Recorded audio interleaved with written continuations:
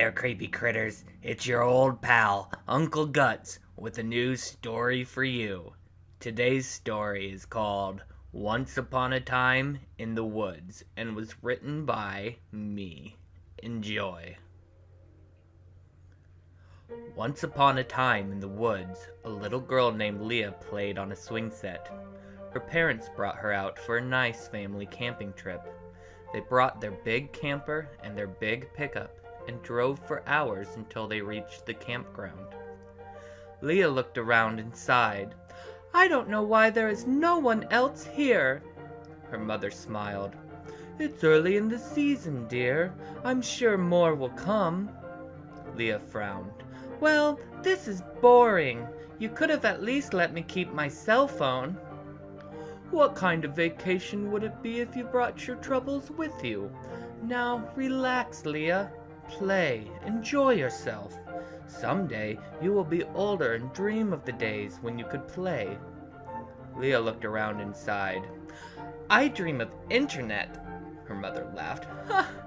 Well, you better find a way to enjoy this trip. It's the last one until we move to a new state.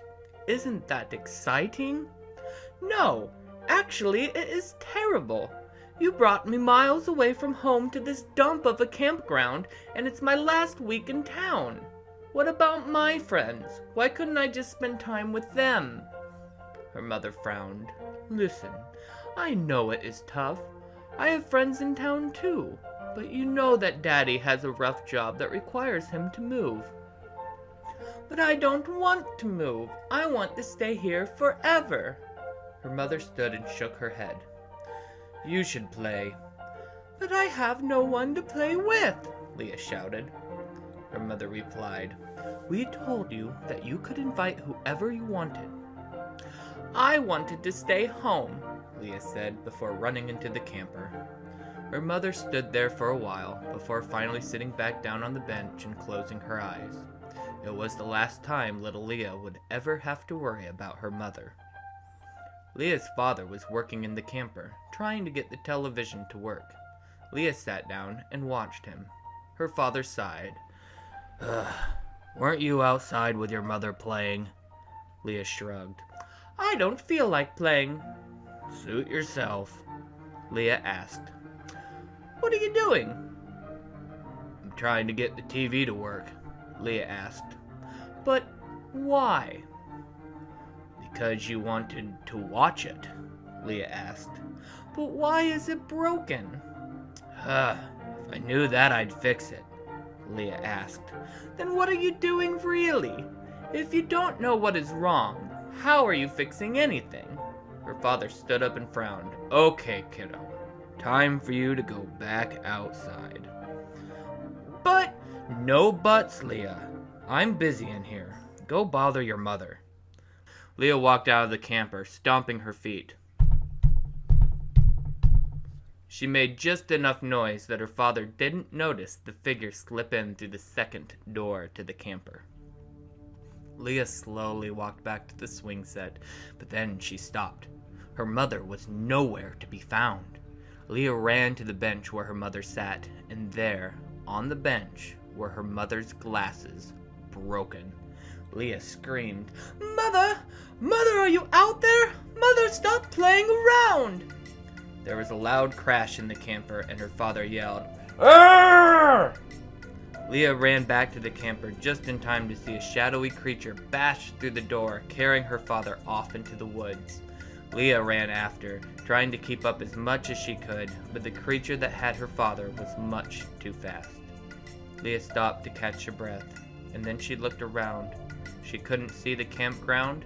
She couldn't see anything but trees. She sat on the ground and cried. She didn't even notice when the figure appeared behind her. Suddenly something picked her up and ran deep into the dark forest. Leah tried to scream, but the thing that had her covered her mouth. She couldn't quite see what it was that had her, but it was covered in mud and fur. Leah passed out from fear.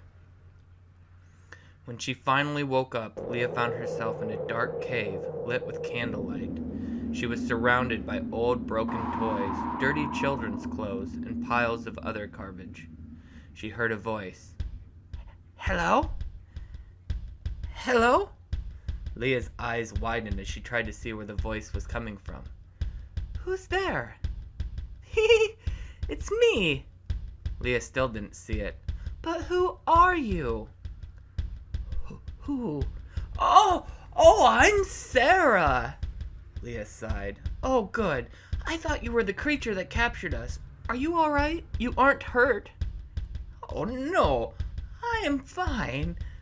Leah asks. Have you seen my parents? Maybe. Leah asks. What does that mean? What do you think it means? Leah whimpers.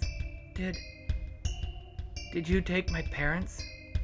A crumpled piece of paper flew through the darkness and hit Leah in the face.